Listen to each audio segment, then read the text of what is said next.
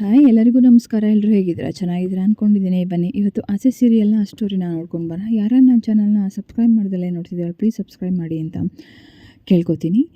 ಮೀನಾ ವಿಶಾಲಾಕ್ಷಮ್ಮ ಕೈಗೆ ಬಂದು ತಗಲಾಕೊಂಡಿರ್ತಾರೆ. ವಿಶಾಲಾಕ್ಷಮ್ಮ ಅವಳ ಹೂವಿನ ಬೊಕೆಟ್ನ ಕಿಡ್ನ್ಯಾಪ್ ಮಾಡಿ ಅವ್ರ ಮನೆಗೆ ಕರ್ಕೊಂಬಂದಿರ್ತಾನೆ ಕಾಂಪ್ರೂವ್ ಮಾಡೋದಕ್ಕೆ ಅಂತ.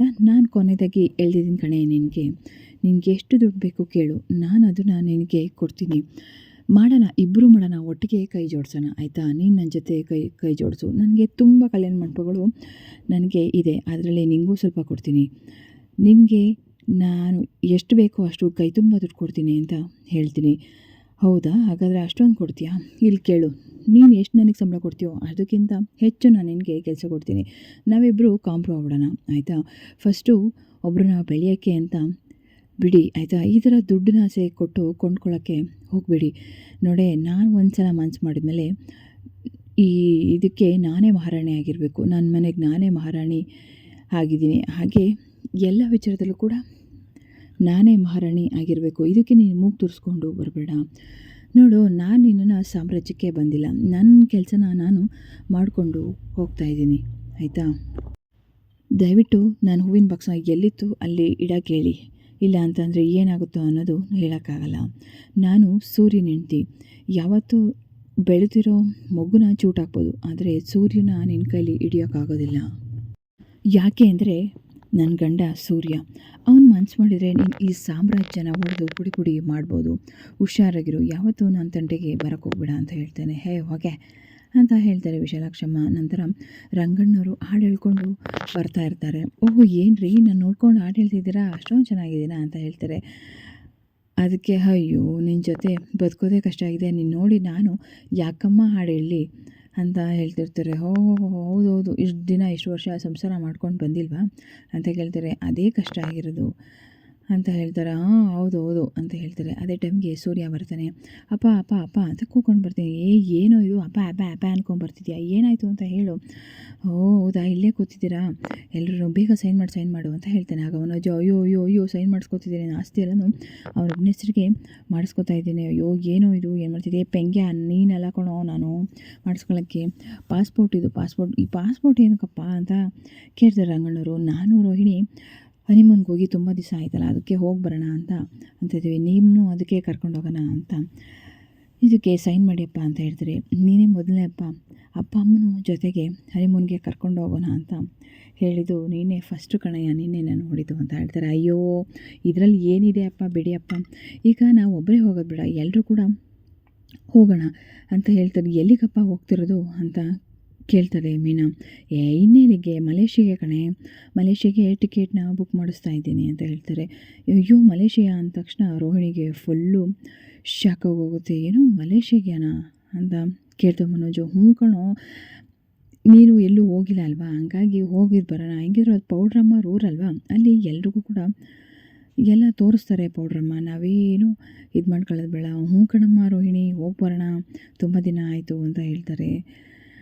ಕಣೋ, ರವಿನೂ ಕೂಡ ಅಷ್ಟೇ ಹೇಳ್ತಾರೆ. ಎಲ್ಲರದು ಕೂಡ ಪಾಸ್ಪೋರ್ಟ್ಗೆ ಬೇಗ ಸೈನ್ ಮಾಡಿಕೊಟ್ಬಿಡಿ ಅಂತ ಹೇಳ್ತಿದ್ದಾರೆ. ಆಗ ಶ್ರುತಿ, ನನ್ನ ಹತ್ರ ಆಲ್ರೆಡಿ ಪಾಸ್ಪೋರ್ಟು ಇದೆ ಸೂರ್ಯ ಅವರೇ ಅಂತ ಹೇಳ್ತಾರೆ. ಹೌದು, ಅಲ್ಲಿಗೆ ಹೋಗಿ ಅವ್ರ ಮನೆಯೆಲ್ಲ ನೋಡ್ದಂಗೆ ಆಗುತ್ತೆ, ಆಸ್ತಿ ಎಲ್ಲ ನೋಡ್ದಂಗೆ ಆಗುತ್ತೆ. ಅವರಪ್ಪ ಜೈಲಲ್ಲಿದ್ದಾರೆ ಅಲ್ವಾ ಪಾಪ, ಅವ್ರನ್ನು ಕೂಡ ಮಾತಾಡ್ಸ್ದಂಗೆ ಕೂಡ ಆಗುತ್ತೆ. ನಾವು ಒಂದ್ಸಲನೂ ಹೋಗಿಲ್ಲ. ನಾವಲ್ಲಿ ಮನೋಜ್ ಇವ್ರದ್ದು ಮದುವೆ ಆಗಿ ಆಲ್ರೆಡಿ 1 ವರ್ಷ ಆಗ್ತಾ ಬಂತು. ಹೋಗಿ ಮಾತಾಡಿಸ್ಲಿ ಅಂದರೆ ಏನು ಕತೆ, ಏನು ಮಾಡೋದು ಅಂತ ಹೇಳ್ತಾರೆ. ಅಯ್ಯೋ ಅಲ್ಲಿ ಓಡಾಡೋದಕ್ಕೆಲ್ಲ ತುಂಬ ಖರ್ಚಾಗುತ್ತಲ್ಲ ಅಂತ ಕೇಳ್ತಿರ್ತಾರೆ. ಖರ್ಚಾಕೆ ಪಾಸ್ಪೋರ್ಟ್ದು ನಾನು ನೋಡ್ಕೊತಾ ಇದ್ದೀನಿ, ಇನ್ನು ಅಲ್ಲಿ ಉಳ್ಕೊಳ್ಳೋಕ್ಕೆ ಪೌಡ್ರಮ್ಮವ್ರ ಮನೆಯೇ ಇದೆಯಲ್ಲ ಅಂತ ಹೇಳ್ತಾರೆ. ಆಗ ರಘಣ್ಣವರು, ಅವರಪ್ಪ ಜೈಲಲ್ಲಿ ಇರ್ಬೇಕಾದ್ರೆ ಹೋಗೋದು ಸರಿ ಇರಲ್ಲ ಕಣೋ. ಅಯ್ಯೋ ಅವರಮ್ಮ ಅವ್ರು ಇರಲಿ ಬಿಡಿ, ನಾವು ಅಲ್ಲಿಗೆ ಹೋಗಿ ಮಾತಾಡ್ಸ್ಕೊಂಡು ಬಂದ್ರಾಯ್ತು. ಅವ್ರ ಅಮ್ಮ ಇರಲ್ವೇ ಅಂತ ಕೇಳ್ತಾರೆ. ಅವ್ರ ಅಮ್ಮ ತೀರೋಗಿಲ್ವಾ, ಅವ್ರ ಅಪ್ಪನ 2ನೇ ಹೆಂಡತಿ ಇದ್ದಾರಲ್ಲ, ಅವ್ರು ಇರ್ತಾರಲ್ಲ, ನಾವು ಹಾಗೋಗಿ ನೋಡ್ಕೊಬಂದ್ರಾಯ್ತು ಅಂತ ಹೇಳ್ತಾರೆ. ಅದೆಲ್ಲ ಸರಿ ಇಲ್ಲ ಕಣಯ್ಯ, ಸುಮ್ಮನಿರಯ್ಯ, ಬೇಡ ಅಂತ ಹೇಳ್ತಾರೆ.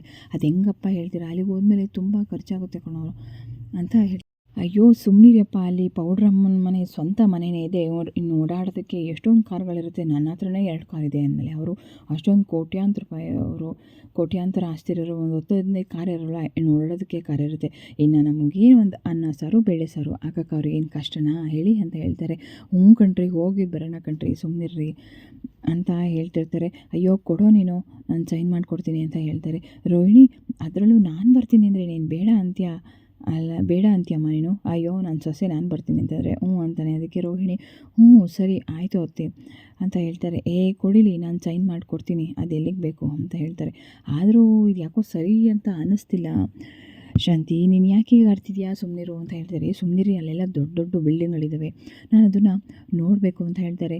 ಸೈನ್ ಮಾಡೋಕ್ಕೆ ಅಂತ ಕೊಡ್ತಾರೆ. ಕೊಡ್ರಿ ಫಸ್ಟು, ನಾನು ಹಾಕ್ಕೊಡ್ತೀನಿ ಅಂತ ಹೇಳ್ತಾರೆ. ಅಯ್ಯೋ ಕೊಡೆ, ನೀನೇನು ಪೇಪರ್ನೇ ತಿನ್ಕೊಳ್ಳೋಂಗೆ ಆಗ್ತಿದ್ಯಾ, ನಾನು ಫಸ್ಟು ಹಾಕ್ಕೊಡ್ತೀನಿ ಅಂತ ಹೇಳ್ತಾರೆ. ಬೇಗ ಬೇಗ ಇದಕ್ಕೆಲ್ಲ ಸೈನ್ ಮಾಡಿಬಿಡಿ, ಇನ್ನೊಂದು ವಾರದಲ್ಲೆಲ್ಲ ಪಾಸ್ಪೋರ್ಟು ಬರುತ್ತೆ. ಇನ್ನೇನು ಪೌಡ್ರಮ್ಮನ ಹತ್ರ ಪಾಸ್ಪೋರ್ಟ್ ಇದೆಯಲ್ಲ ಅಂತ ಕೇಳ್ತಾರೆ. ಹಾಂ ನನ್ನ ಹತ್ರ ಇದೆ, ನೀವೇನು ಆಸ್ಟ್ರೇಲಿಯಾದಿಂದ ಬಂದಿರೋದಲ್ವ, ನಿಮ್ಮ ಹತ್ರ ಪಾಸ್ಪೋರ್ಟ್ ಇರುತ್ತೆ ಬಿಡಿ ಅಂತ ಹೇಳ್ತಾನೆ ಸೂರ್ಯ. ಆಗ ರೂಮಿಗೆ ಬರ್ತಾನೆ. ಅಯ್ಯೋ ಏನು ಮನೋಜ್ ಇದು, ಏನು ಮಾಡೋಕೆ ಕೊಟ್ಟಿದ್ದಾರೆ ಅಂದರೆ, ಅಯ್ಯೋ ಈ ಯೋಚನೆನ ಇದಕ್ಕೂ ಮುಂಚೆ ನಾನು ಮಾಡಬೇಕಿತ್ತು ರೋಹಿಣಿ, ಅವನೇ ಮಾಡಿಬಿಟ್ಟಿದ್ದಾನೆ, ಅವನಿಗಿಂತ ಮೊದಲೇ ನಾನು ಹೋಗಬೇಕು, ನಾನು ಒಂದು ಒಳ್ಳೆ ಪ್ಲ್ಯಾನ್ ಮಾಡ್ತೀನಿ ತಡೀರಿ ಅಂತ ಹೇಳ್ಬಿಟ್ಟು ಮನೋಜ್ ಹೋಗ್ತಾನೆ. ಆಗ ರೋಹಿಣಿ ಅಯ್ಯೋ ನಾನೊಂದು ಹೇಳಿದರೆ ಈ ಅಪ್ಪ ಒಂದು ಹೇಳ್ತಿದ್ದಾನಲ್ಲಪ್ಪ, ಅಯ್ಯೋ ಏನು ಮಾಡೋದು ಸೂರ್ಯ, ನಿನಗೆ ಮಾಡ್ತೀನಿ ತಡಿ ಅಂತ ಹೇಳ್ತಿರ್ತಾನೆ. ಇನ್ನೊಂದು ಕಡೆ ಹಾಗೆಲ್ಲರೂ ಕೂಡ ಸೈನ್ ಮಾಡ್ತಾ ಇರ್ತಾರೆ. ಸೂರ್ಯ ಆಗ ಆಚೆ ಬರ್ತಾರೆ. ರೋಹಿಣಿ ಈ ಒಳ್ಳೆ ತಗ್ಲಾಗಿದ್ದೀನಲ್ಲ ಅಂತ ಮೀನಾ ಬಂದು ಕೇಳ್ತಾರೆ. ಏನು ಮಾಡೋಕೆ ಕೊಟ್ಟಿದ್ದೀರ ನೀವು, ಏನು ಅಂದ್ಕೊಂಬಿಟ್ಟಿದ್ದೀರ ನೀವು ಒಂದು ಮಾತು ಹೇಳ್ದಲೇ ನೀವು ಇದೆಲ್ಲ ಮಾಡಿದ್ದೀರಾ, ಅವತ್ತೇ ಹೇಳಿದ್ದೆ ತಾನೇ ಹೋಗೋದು ಬೇಡ ಮಲೇಷ್ಯಾಗೆ ಅಂತ ಹೇಳ್ಬಿಟ್ಟು ಈಗ ಮಲೇಷ್ಯಾ ಪ್ಲ್ಯಾನ್ ಮಾಡಿದ್ದೀರಾ ಹೋಗೋದು ಅಂತ, ಇದಕ್ಕೆಲ್ಲ ಎಷ್ಟಾಗುತ್ತೆ ಏನು ಅಂತ ಗೊತ್ತಾ ನಿಮಗೆ ಅಂತ ಹೇಳ್ತಿರ್ತಾರೆ. ಇದಕ್ಕೇನು ಕಮ್ಮಿ ಇಲ್ಲ, ಕನ್ನಡಕ ಹಾಕೊಳ್ಳೋದು ನೀವು, ಆಯಿತಾ ಮಾತಾಡಾಯ್ತಾ ಅಂತ ಹೇಳ್ತಾರೆ. ನೀನು ಮಾತಾಡೋದು ನಿಲ್ಲಿಸ್ಲಿ ಅಂತ ಕಾಯ್ತಾ ಇದ್ದೀನಿ ಕಣೆ, ನೀನು ಸ್ವಲ್ಪ ಸುಮ್ಮನೆ ಇರೋ, ಯಾಕೆ ವಟ ಅಂತಿದ್ದೀವಿ, ಹೇಳ್ದಂಗೆ ಕೇಳು. ಅಲ್ಲ ರೀ, ಮಲೇಷ್ಯಾಗೆ ಹೋಗೋದು ಬೇಡ, ಇಲ್ಲೇ ಪ್ಲ್ಯಾನ್ ಮಾಡೋಣ ಅಂತ ಹೇಳ್ಬಿಟ್ಟು ಈಗ ಮಾಡಿದ್ದೀರ, ಅಲ್ಲಿ ನಾನು ಇದೆಲ್ಲ ಆಡಿದ ನಾಟಕ ಕಣೆ, ನಾನು ಈ ಥರ ಮಾಡಿದರೆ ಅವ್ರ ಮುಖದಲ್ಲಿ ಹೇಗೆ ಗಾಬರಿ ಉಂಟಾಗುತ್ತೆ ಅಂತ. ಏನು ಪಾಸ್ಪೋರ್ಟ್ ಮಾಡಿದ ತಕ್ಷಣ ನಾವು ಮಲೇಷ್ಯಾಗೆ ಹೋಗಲೇಬೇಕಾ, ಅದು ಇಟ್ಕೊಂಡ್ರೆ ನಾವು ಎಲ್ಲಿಗೆ ಬೇಕಾದರೂ ಹೋಗ್ಬೋದು, ಮಲೇಷ್ಯಾಗೆ ಹೋಗಬೇಕಾ ಹೇಳು, ಪಾಸ್ಪೋರ್ಟ್ ಒಂದು ಇದ್ದರೆ ಸಾಕಣೆ, ನಾವು ಎಲ್ಲಿಗೆ ಬೇಕಾದರೂ ಹೋಗ್ಬೋದು. ಆಗ ಅವಳ ಮುಖದಲ್ಲಿ ಗಾಬರಿ ಹೇಗಾಗುತ್ತೆ, ಹೇಗೆ ಟೆನ್ಷನ್ ಆಯ್ತಲ್ಲ ನೋಡೋದಕ್ಕೋಸ್ಕರ ಆ ಥರ ಮಾಡಿದ್ದು ಅಷ್ಟೇ. ಅಯ್ಯೋ ಹೌದೇನ್ರಿ, ಅಯ್ಯೋ ನನಗೆ ಗೊತ್ತೇ ಆಗಲಿಲ್ಲ ರೀ ಅಂತ ಹೇಳ್ತಾರೆ.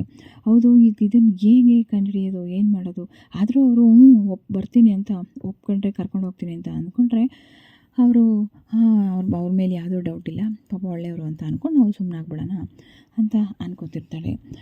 ಹೌದಾ ಹಾಗೆ ಮಾಡೋಣ ಅಂತ ಅನ್ಕೋತಿರ್ತಾಳೆ ಮೀನಾ. ಇಲ್ಲ ರೀ, ನಾವಿಲ್ಲಿ ಮಾಡ್ತಿರೋದು ತಪ್ಪು, ಅವರು ಅಂತ ಅಂದ್ಕೊಂಡ್ರೆ ಅವರು ಇನ್ನೊಂದು ತಪ್ಪು ದಾರಿನ ಹುಡುಕಿರ್ತಾರೆ, ಅಲ್ಲಿ ಏನೋ ಬೇರೆ ಒಂದು ಅರೇಂಜ್ ಮಾಡಿರ್ತಾರೆ ಅಂತ ಹೇಳ್ತಾರೆ. ಹೌದಲ್ವಾ, ಅವರೇನು ಸಖತ್ ಕಿಲಾಡೆ, ಒಂದಕ್ಕೆ ಒಂದು ಬೇರೆ ಇದನ್ನು ಅರೇಂಜ್ ಮಾಡಿರ್ತಾರೆ, ನೋಡೋಣ ಏನಾಗುತ್ತೆ ಅಂತ. ನೀವೇ ಏನು ಡಿಸಿಷನ್ ಏನು ತೊಗೊಳ್ಳೋದು ಬೇಡ ರೀ, ಆಯಿತಾ, ಸಿಚುವೇಶನ್ ಹೇಗಿರುತ್ತೆ ನಾವು ಹಾಗೆ ಮುಂದುವರಿಯೋಣ, ನೋಡೋಣ. ಆದರೂ ರೋಹಿಣಿಯವರ ಈ ಸತ್ಯ ಗೊತ್ತಾದರೆ ನಮ್ಮ ಕುಟುಂಬಕ್ಕೂ ಒಳ್ಳೆಯದು, ಅವ್ರಿಗೂ ಕೂಡ ಒಳ್ಳೆಯದು.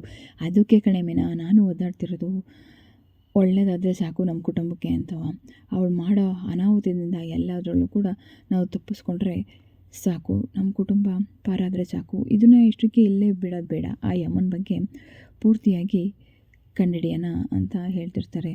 ಹ್ಞೂ ಕಣೆ ಮೀನಾ, ನೋಡೋಣ ಮಲೇಷ್ಯಾ ವಿಷಯ ತೆಗೆದಾಗ ಅವಳು ಹೇಗೆ ರಿಯಾಕ್ಟ್ ಮಾಡ್ತಾಳೆ, ಸಕ್ಕರೆ ಹೋಗೋಣ ಅಂತ ಹೇಳ್ತಾರೆ. ಆಗ ಅವಳು ಕೂಡ ತಡೆದು ನಮ್ಮನ್ನೆಲ್ಲನೂ ಕೂಡ ನಿಲ್ಲಿಸ್ತಾಳೋ ಇಲ್ಲ ಹೊರಡಿಸ್ತಾಳೋ ಅಂತ ಗೊತ್ತಾಗುತ್ತೆ, ನೋಡೋಣ ಕಂಡಿಡಿಯೋಣ ಬಿಡು ಅಂತ ಹೇಳ್ತಾರೆ. ಆದರೂ ನಾವು ಈ ವಿಷಯದಲ್ಲಿ ತುಂಬಾ ಹುಷಾರಾಗಿರಬೇಕು ರೀ, ಅವರು ಏನು ಮಾಡೋದಕ್ಕೂ ಕೂಡ ರೆಡಿ ಇರ್ತಾರೆ, ಅವ್ರ ಕೊನೆ ಮೊಮೆಂಟಲ್ಲಿ ಕೂಡ ನಾನು ಬರಲ್ಲ ಅಂತ ಕೂಡ ಹೇಳ್ಬೋದು ರೋಹಿಣಿಯವರು, ಬಟ್ ಆದರೂ ಮನ್ಸು ಮಾಡಿದರೆ ಹೋಗೋಣ ಬಿಡಿ ಅಂತಲೂ ಕೂಡ, ಅದಕ್ಕೆ ನಾವು ಹುಷಾರಾಗಿ ಇದನ್ನು ಅಪಯೋ ಅಂತ ಅಂದ್ಕೊಂಡು ಇನ್ನೊಂದು ಸಲ ನೆಕ್ಸ್ಟು ಇದರಲ್ಲಿ ಬರ್ತಾನೆ. ಆದರೆ ರಂಗಣ್ಣವರು ಇದೆಲ್ಲ ಸರಿ ಇರಲ್ಲ ಬೇಡ ಸೂರ್ಯ ತುಂಬಾ ಖರ್ಚಾಗುತ್ತೆ ಅಲ್ಲಿಗೆ ಅಂತ ಹೇಳ್ತಿರ್ತಾರೆ. ಅಯ್ಯೋ ನಾನು ತಾನೇ ಪಾಸ್ಪೋರ್ಟ್ ಮಾಡಿಸ್ತಿರೋದು, ಸುಮ್ಮನಿರಿ ನಾನು ಪಾಸ್ಪೋರ್ಟ್‌ನ ನಾನು ಖರ್ಚು ಹಾಕೋತೀನಿ. ಇನ್ನು ಅಲ್ಲಿಗೆ ಹೋದ್ಮೇಲೆ ಪೌಡ್ರಮ್ಮ ಮನೆಯವರು ಇದ್ದೇ ಇರ್ತಾರಲ್ಲ ನಮ್ಮನ್ನ ನೋಡ್ಕೊಳ್ಳೋಕ್ಕೆ, ಅದಕ್ಕೆ ಯಾಕೆ ಈಗ ಬೇಡ ಅಂತಿದ್ದೀರಪ್ಪ? ಅಯ್ಯೋ ಎಲ್ಲ ನಮಗೆ ಆದಂಥ ಕೆಲ್ಸಗಳಿರ್ತಾವಪ್ಪ, EMI ಕಟ್ಟೋದು, ಬ್ಯಾಂಕ್ ಸಾಲಗಳು ಅವೆಲ್ಲ ಇರುತ್ತೆ. ಅವನ್ನೆಲ್ಲ ಬಿಟ್ಟು ಹೇಗೆ ಹೋಗೋಕ್ಕಾಗುತ್ತೆ ಹೇಳು ನೀನೇ ಅಷ್ಟು ದೂರ? ಅಯ್ಯೋ ಈ ಪೆಂಗ್ಯ ಮದುವೆ ಆದ ತಟ್ಟಿಂದ ಎಲ್ಲೂ ಹೋಗೇ ಇಲ್ಲಪ್ಪ, ನಾವು ಕೂಡ ಎಲ್ಲೂ ಹೋಗಿಲ್ಲ, ಗೋವಾ ಅಂತ ಅಂದಿನಿ, ಹೋಗಿ ಬರೋಣ ಅಂತ ಹೇಳ್ತಾನೆ. ಆಗ ರಂಗಣ್ಣವರು ಸರಿ ಆಯಿತು ಅಂತಾರೆ. ಇದಿಷ್ಟು ಇವತ್ತಿನ ಸ್ಟೋರಿ. ಇಷ್ಟ ಆದರೆ ಪ್ಲೀಸ್ ಲೈಕ್ ಮಾಡಿ.